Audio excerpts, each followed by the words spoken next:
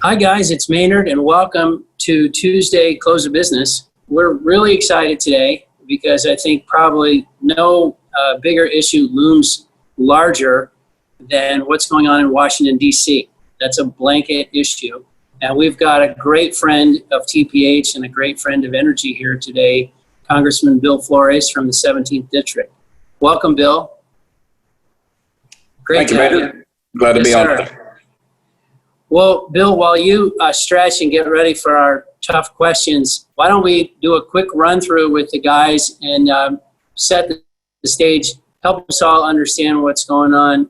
Colton, I want to jump to you. Colton Bean, head of midstream research at TPH. One of the biggest stories, two big stories happening in the last couple of days, one, Dakota Pipeline, two, Dominion. Can you weave that whole thing into a story for us and help us understand what's happening in infrastructure? Thanks, Maynard. So I think there's two pieces of the Dominion decision, and the second probably ties more directly to Dakota Access. But for Dominion, you really had two updates out over the weekend. So the first, it was that they're selling the vast majority of their midstream assets to Berkshire. Nearly a $10 billion deal.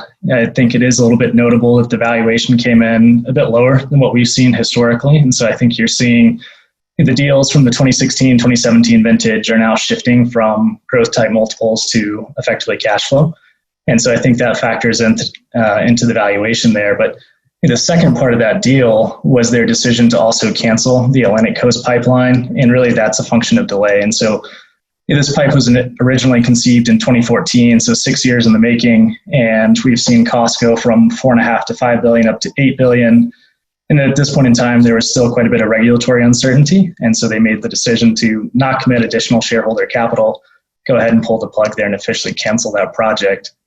I think that is a decision on a project that's not yet been completed. What we saw out on Monday morning was a decision for Dakota Access where the ruling came down to actually shut down the pipeline. So effective in early August, the ruling would be to effectively vacate the Army Corps' prior decision there and actually shut down the pipe and purge all line fill from the pipe by that early August timeframe. So effectively a month from today. I think that stands out a bit because we haven't seen much action on existing assets in the ground. So once they're up and operational, typically they continue in operation, and it's more so been on projects in development that have the most risk around them. And so that one has caught the market a little bit by surprise. Again, I mean, this is a decision 4 years in the making. So we saw first legal action against Dakota Access in 2016. So it's been a slow-moving train here, but I think it did catch the market by surprise. And as you look at the Bakken specifically, there's not a ton of options to move that oil apart from Dakota Access. In total pipeline capacity, as we look at it, if you were to move to Cushing, you've got maybe 350,000. If you were to move east across the state over to Clearbrook, you're talking about a little over 200,000. And so everything over and above that would really need to be moving on rail. You've got some capacity that could head to Canada, but that directly competes for mainline capacity. So going to be tough. We'll see. The original motion to stay that order was actually just denied a couple of hours ago. And so now we'll have to go through an appeals process. But yeah, that's certainly sparked a pretty aggressive sell-off for Bakken exposed names, both on midstream and upstream. And maybe, Matt, you might jump in here, but is this being taken by investors as, hey, these things happen, there's always regulatory risk? Or is this being seen as part of a broader trend where we're going to see more and more of this? It's going to get harder and harder, and it's just a negative for being able to build new infrastructure. Is it? Can you comment on that? I think it is. It's something that investors are worried about. There is a lot of progress on the regulatory side that is slowing infrastructure down. And we're still consuming gas, and we're still consuming oil across the U.S. And some of the safest ways to move crude and gas is via pipeline. And so shifting away from pipeline to rail is concerning, but I think more concerning is that this is going to affect investment not only in the infrastructure front, but also on the upstream side of things. As we talked to E&Ps today, if Dakota Access does get delayed in terms of starting up on takeaway, we would expect very limited capital investment coming out of the box. And that's going to drive some very steep volume declines for the next 12 months for producers. This is a real irony of this thing. When you shut down a pipeline, you put more stuff on rail, and that's not good for the environment. Do you think that's appreciated by the people who oppose the pipeline, or is that just did I just ask a question that'll take an hour to answer? I think for energy investors, it is appreciated, but it is a political statement. I think you're seeing just generally a lot of opposition to infrastructure pipelines being built in the oil and gas industry. And again, we feel it's safer to have operations running through pipe versus rail, but this is the unfortunate outcome of this decision. In the pregame, Matt, you were talking about some of the harder hit stocks are companies with that are levered, to Bakken takeaway. Mike, what are some of the stocks that are getting a lot of momentum or a lot of attention on the positive side here in the last week or so? I'd say the natural gas equities have gotten a little bit in them today, simply because gas is up. I mean, I think most people are pretty bearish natural gas at this point in time. And so every time you see gas go up, these things get squeezed higher. So see names like Equitable are up today. And I think the other thing is that, you had basically the Atlantic Coast Pipeline get shut down. Equitable Mountains Valley Pipeline is still an alternative, so that stock benefited from that. So, yes, generally the natural gas exposed names that have had a bid over the last couple of days. Matt, you're always watching natural gas just because it seems to move around so much. Anything new there from you? Yeah, it's really turned into a bit of a tug-of-the-war situation. And so you've had two competing factors. Weather is extremely hot. I think anyone watching this video today would say that it's just very hot out, and that's driving a lot of natural gas demand. But counterbalancing that are three key components. First, LNG exports have fallen again this month. We're now down to 3 BCF a day of LNG exports, and we've lost a BCF of demand over the last month. Second, associated gas has skyrocketed in July. Basically, oil production that was off stream through June has come back on in the July timeframe, and that's added about a BCF to a B.5 a day of gas production. And then third, we are continuing to watch the Northeast. Volumes are starting to creep higher, but there is a lot of production that is still voluntarily curtailed. There are a few producers that have voluntarily kept volumes offline. We'll be watching the market to see if that actually shows back up there in the next month or two. So while gas has caught a bit of a bid, net fundamentals actually still look quite weak on the front end of the curve, and we would expect a bit of a retrenchment here the next few weeks unless we continue to maintain very hot weather. So, Mike, I know oil through the day was kind of knocking on the door of 41. Where did we close, and what's the chatter in the oil market? Well, we closed a little bit below 40.50 per barrel. And I think, the one thing that we're thinking here is that we're going to probably have a build in crude tomorrow. Probably a fairly modest, maybe moderate build, probably 3 to 5 million barrels. And so the market's got to get through that. But, as you get towards the end of the month, you're going to really see, imports are going to really fall off the face of the earth. And so there is a backdrop, assuming U.S. production doesn't get really too out of hand here, that you're going to be in a market where you're going to have, decent draws into August. We've been talking about this for 3 or 4 or 5 weeks. And I think that's where the market is right now. The market really isn't making any big bets at this point in time. It's early in the quarter. And so we're just seeing guys just sitting there right now, just sitting on their hands, at least on the trading pits. All right, Colin, let's go to you before we get to Congressman Flores. What was on your mind this week? I know you've got some charts for us. Yeah, thanks, Maynard. Well, we're all aware that oil prices have been rising on the strengthening demand with the reopenings and the staggering amount of money supply that's been created by the central banks. We're also aware that prices have begun to face some resistance now that we're above $40 as we see increases in COVID counts in the Southwest in particular.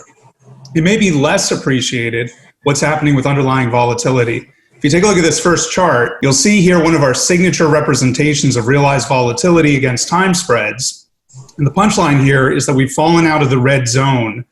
And in fact, in the last 2 weeks, realized volatility has fallen below 50%. If we look at the second chart, you can see implied volatility has also been coming strongly off the high above 300. And the skew in the options, while it still favors the puts, is nowhere near where it was 2 or 3 months ago. And so in this final chart, what the upshot is that options-based strategies, particularly zero-cost collars, are beginning to look rational again. They're not crazily expensive. And so we took a look at the September 2020 through March 2021 tenor. The forward curve averages $40.95 across those contracts. You could lock in a $40 floor by selling calls that have an average strike price of $41.93. And so in other words, you could still participate $1 to the upside. And it's not even truly a zero-cost collar. You would get paid 6 cents to do that trade. And so we just give it as an indication of what the market is pricing in. But if you're worried about the next few months and what may happen here with potential for more shutdowns, it's something to take a look at. Well, let's jump to you, Congressman Flores. You're a great friend, so I just want to call you Bill, but out of respect, I got to say Congressman Flores. So that's the chatter, Bill. You know, we've been doing this and talking about these things every week, and it's been a real roller coaster ride. Our roller coaster ride has probably been 10% of the ride you've been on there in Washington, D.C. Can you just talk about your last 3 months and what it's been like and how you're managing through all this stuff? Sure, I can do it. And let me start with a couple of opening statements if I can. First of all, Maynard, thank you and all of the TPH team for inviting me to be part of your Close of Business series. I'm humbled to be a part of this. The second thing is that I appreciate everybody that's joining the conversation today and throughout this Close of Business series as we all try to do business in a new way under this interim normal, as I'd call it. The next thing I'd say is that the opinions I express today are my own. They don't belong to my party or the president or even all of my team. They're my opinions. And the last thing is that I'm going to try very hard to not be political in the conversation today, that I'm not going to be talking about Republicans or Democrats or things of that nature. That said, we do have a divided Washington today, and you see it expressing itself in many ways. And so any conversation that we have is going to wind up sounding political just because there are extreme views about ways to deal with things, whether it's dealing with the SARS-CoV-2 virus and COVID-19 illness that it causes, or whether it's talking about infrastructure or how we deal with our military or deficits or anything of that nature. Washington is highly partisan, and it all starts with, some people love the president, some people hate the president. And some people spend all of their time trying to find ways to tear him down or to hurt him, and other people try to find ways to embrace him. Others try to find ways to embrace him, but do it silently. So it's an interesting environment. So we had all this. So the economy was ripping along because of the tax policy that we were able to get put in place in 2017, the regulatory policies that we were able to put in place. And then even though we had a change in the control of the House beginning in 2019, the economy was still performing fairly well, and it was still doing reasonably well, even through the Mueller report fiasco and the impeachment fiasco and all that. But then along comes this virus, and it has really caused a disruption in the economy, and then you couple that with a round of new societal unrest that we have because of the police abuse of some African Americans, and we really have a really toxic cocktail. And then in the last few days, as you're well aware, we have the decisions coming from the judicial branch, where there is a judge in Montana that issues a nationwide ruling regarding the ability of the Army Corps of Engineers to issue permits, or the decision by a South Dakota judge yesterday on the Dakota Access Pipeline. We are fraught with uncertainty and division. People ask me all the time, well, isn't Congress hyper divided? And I say, yes, it is. But unfortunately, we reflect the population as a whole. The country is very divided today, and you see that division coming out.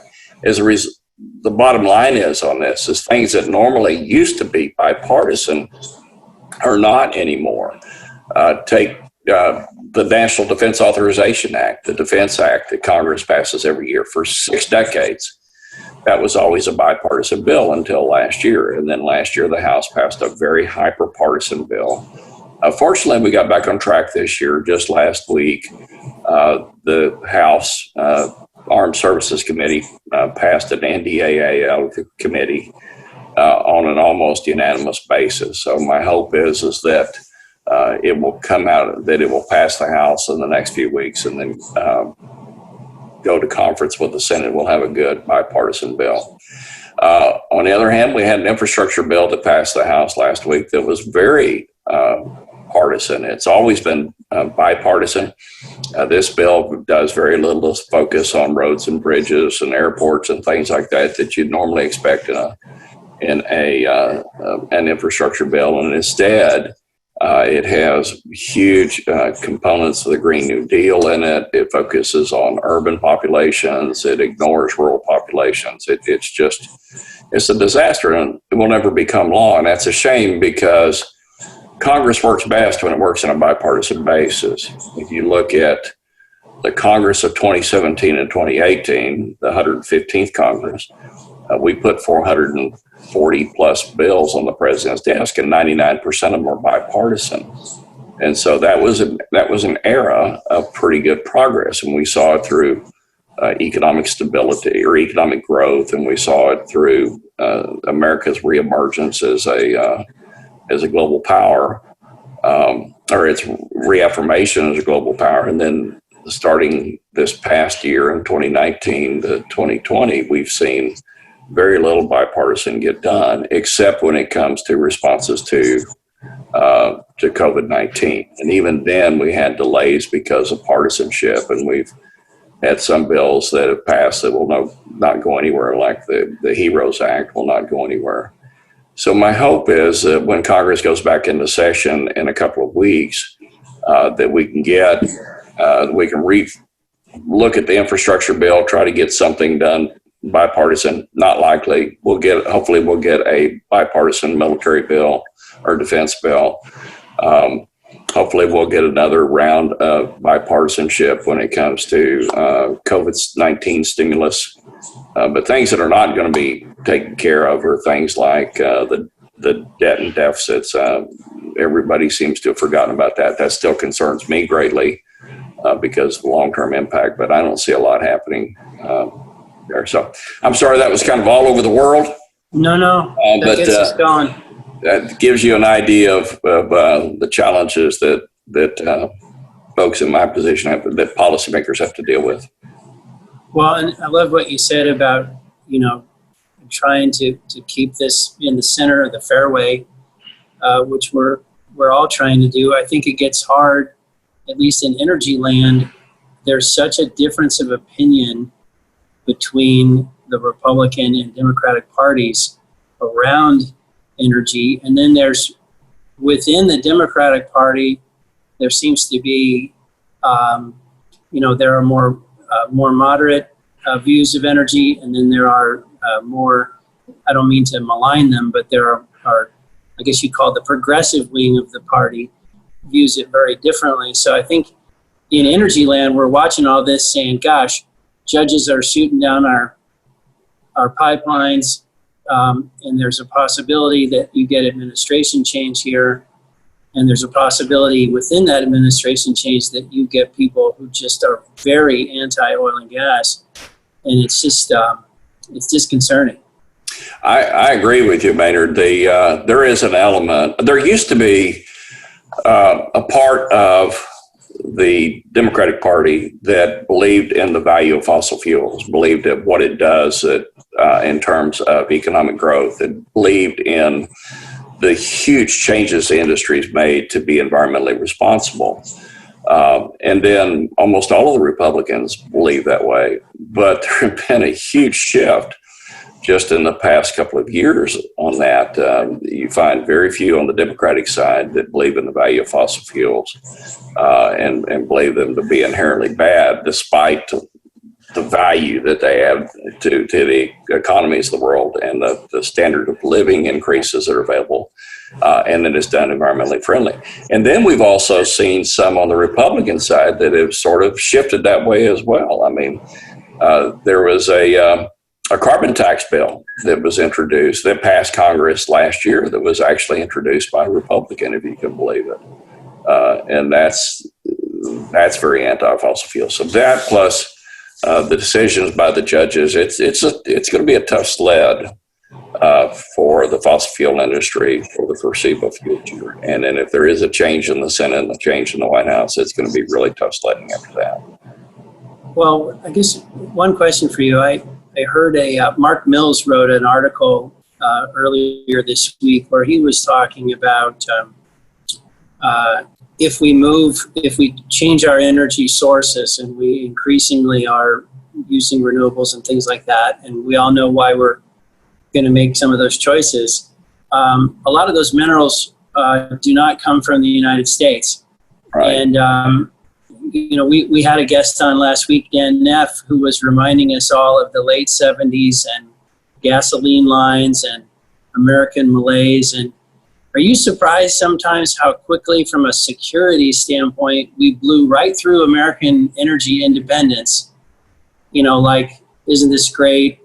Let's take it for granted. And then I'm leading the witness here a little bit, but we just don't talk about energy independence like we used to as being a central theme of our security policy.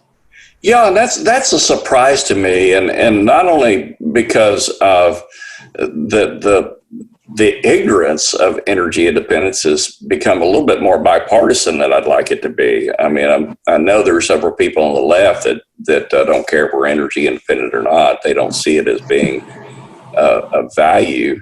But then we've got 2 or 3 on our side of the aisle that feel that it's not that important. I think it's huge. I mean, energy is, all of us on this call know, energy is a basic economic input, just like labor and capital and intellectual property and everything else. And to suddenly think that we're going to remove 80% of the source of 80% of our transportation energy and 50% of our overall energy mix, and do it tomorrow is just absurd.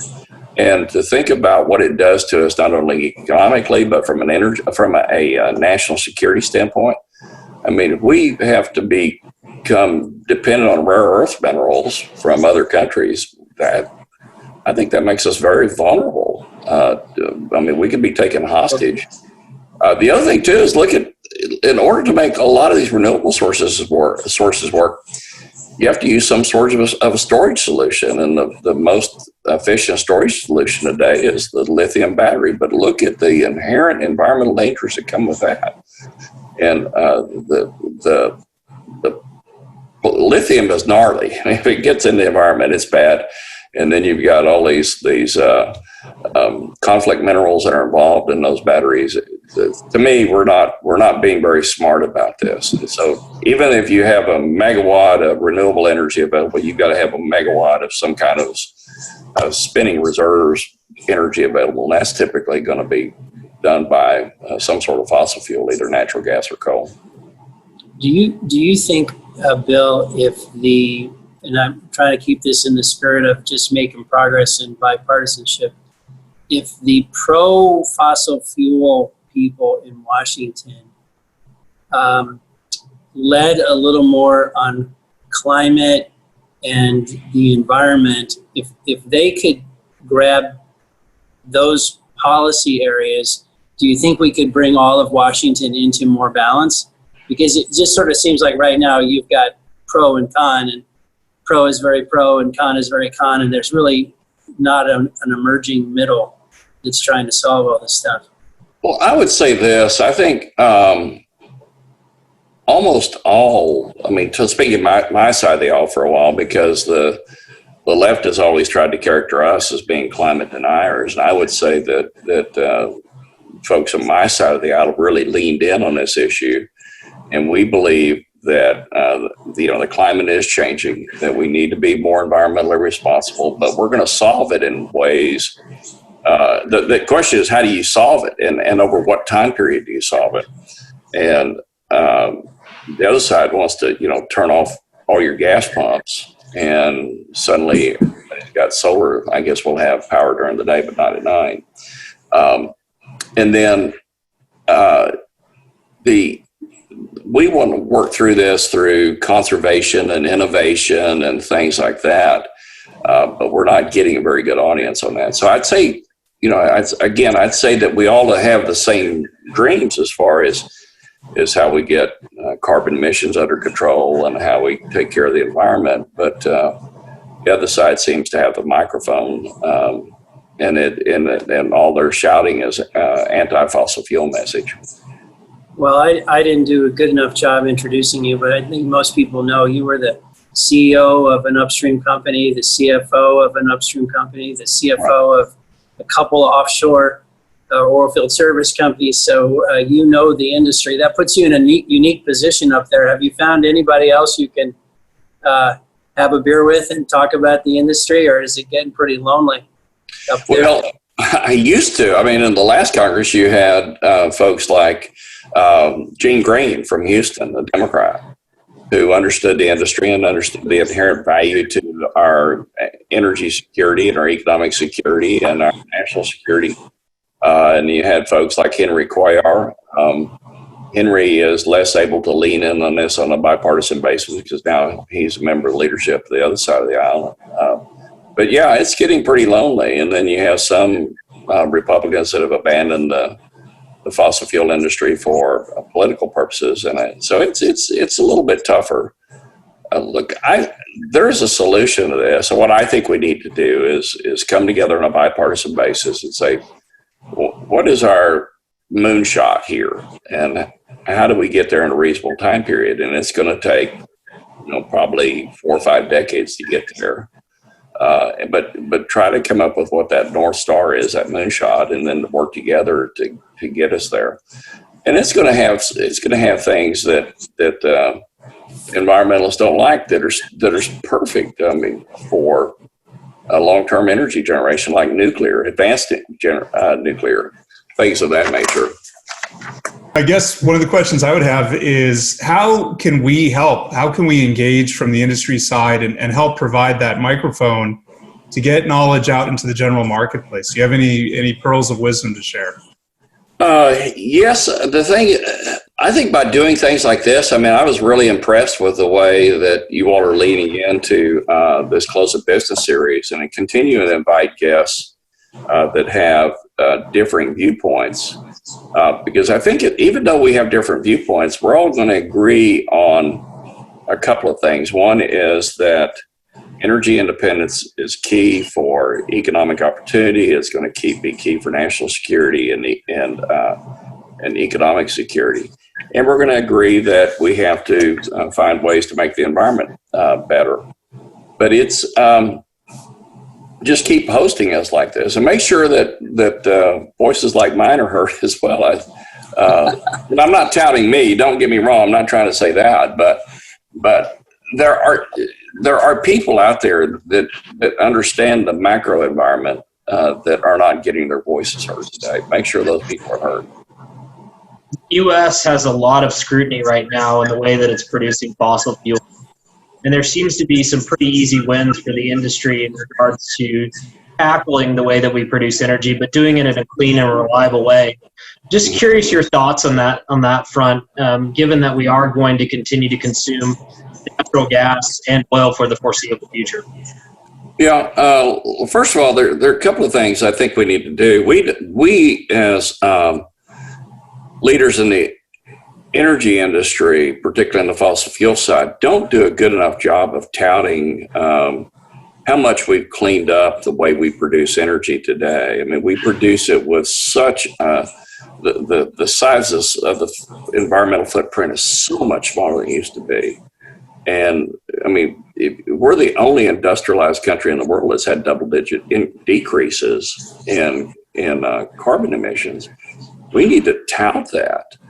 And then we need to make sure that we, as folks in the fossil fuel industry, not only A, take care of our own companies to reduce our methane emissions and our carbon emissions as much as we can, but that B, we encourage our competitors to do the same thing, because the worst apple in the energy industry is the one that we're all going to get labeled with. So if we have somebody out there that doesn't really care about their methane emissions or is not efficient in the way they control their carbon emissions, we all get labeled with the same brush. So I think it's incumbent on all of us to find ways to make sure that we keep our house in order, and that we and then also keep striving to innovate. I mean, that's one of the good things about downturns in this industry. This is going to sound a little weird, but one of the things that this industry is really good about is when we go through a price correction, we find ways to scrub cost out of our system,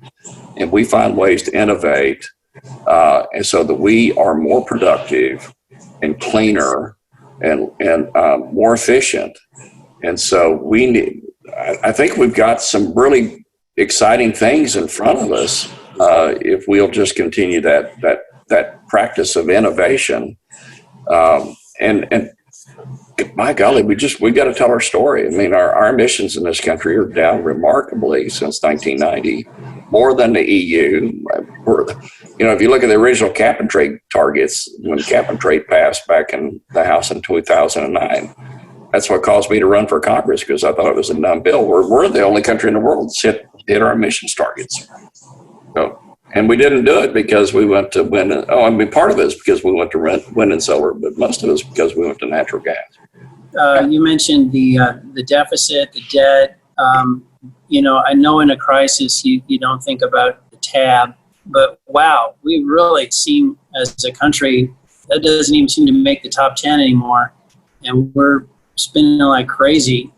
Are people behind closed doors worried about that, or what's the mood around the kind of the balance sheet of the country? I'm not hearing a lot about it in Washington today, to be really frank with you. I do know there are some of us that are worried about it, and we bring it up as constantly as we can. But man, there's not much of an audience listening to that message because it is a long-term challenge. The thing about it is that all the countries in the world are in the same situation. So I guess when you look at it on a relative basis, we are still better than a lot, worse than some, but we've kind of maintained our same position. That doesn't say a lot. I mean, if you just we're I think the world is going to continue to struggle. We can't get this debt situation under control.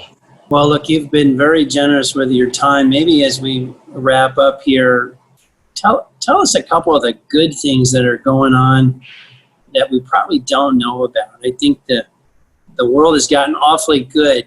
If there's something bad happening anywhere, boy, we're all going to know about it. Even our kids are going to know about it.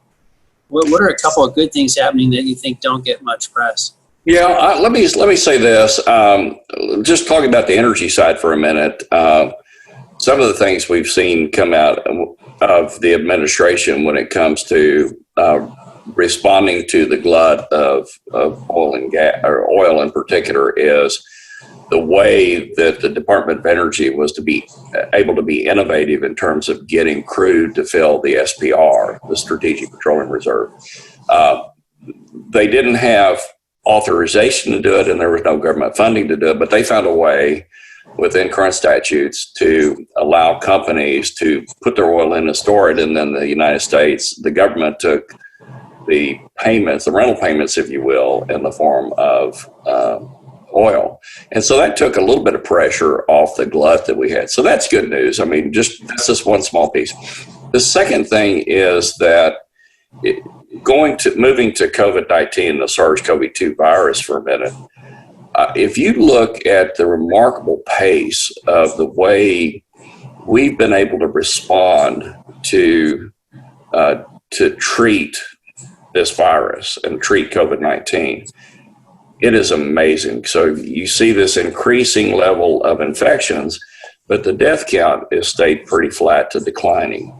And that's because of a variety of things. Number one is Americans responded to flatten the curve. And we did it because we didn't have enough ICU beds, we didn't have enough ventilators, we didn't have the weight of therapeutics, we had no vaccine. We were worried about PPE. And then because of the public-private partnerships that went in place, now we've got enough PPE, we've got enough ICU beds, we've got enough ventilators. We have therapeutic solutions that are starting to work and more on the way. We are well down the road in terms of developing a vaccine, and that happened in a remarkably short period of time. The press is not going to say anything good because they seem to thrive off bad news. But look at Texas for an example. Let me give you some numbers here that I think are instructive. If I can, here we go. Let me give you some numbers that I think are instructive. You know, the media talks about how the caseloads have blown up in Texas, the infections have blown up, but they never do it in the proper context. So in Texas, we have 692 cases per 100,000 of population, 9 deaths. Okay, so remember that, 692 people, less than 700, and 9 deaths. California has about the same number of infections, but 16 deaths per 100,000. New York has 2,044 infections and 128 deaths. So in other words, New York is 13 times higher than Texas is in deaths. New Jersey is just under 2,000 infections per 100,000, and they have 171 deaths, so almost 30 times what Texas has. Then even D.C., the People's Republic of D.C., 1,500 infections, which is 2.5 times higher than Texas, and 79 deaths per 100,000. So Texas, the states that are reopening have tended to do better than the country as a whole.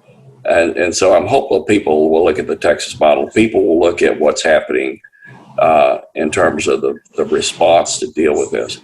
I really feel like, based on the conversations I've had with everybody from people at the CDC to the FDA to the pharmaceutical companies, that we're going to have more therapeutics that deal with this disease in the near future, and we'll have a vaccine by late this year to early next year. And we have the capacity that we're building right now to roll out hundreds of millions of doses over a period of months once we get the final vaccine. Well, that's a great place to end. I know you're a fan of the military and a historian. I was watching a Midway Island special with the kids last night, and the stat was, when World War II started, the United States had the 17th largest army in the world and 4 aircraft carriers. Mm-hmm. And within about a year, we were making 1 new aircraft carrier a month, and obviously had the largest army in the world. So we're notorious for starting behind and coming on strong once the battle really gets going. Yeah. Well, I appreciate you taking time to help your kids understand the history of America, because there are some people that are what we'd call historically illiterate. I mean, look at them wanting to pull down the statues of Abraham Lincoln and Andrew Jackson, Frederick Douglass. All the people that were abolitionists or fought to stop slavery and to make sure that all of us had equal rights under the Constitution and under the law. And they're wanting to tear those statues down because they don't understand our history, and we've got to make sure that people do understand our history. No, it does feel like we need some emergency, in the supplemental bill, some emergency history lessons for the country. It'd be like TPHers pulling down, statues of Tudor. I mean, Oh, yeah. Yeah. Anyway, well, It'd be Bill, pretty easy because he's tall. You'd have good leverage on him. well, we can't thank you enough for all you're doing and your friendship and coming on the show and talking. We really appreciate it. To everybody out there, stay safe, and we'll see you soon.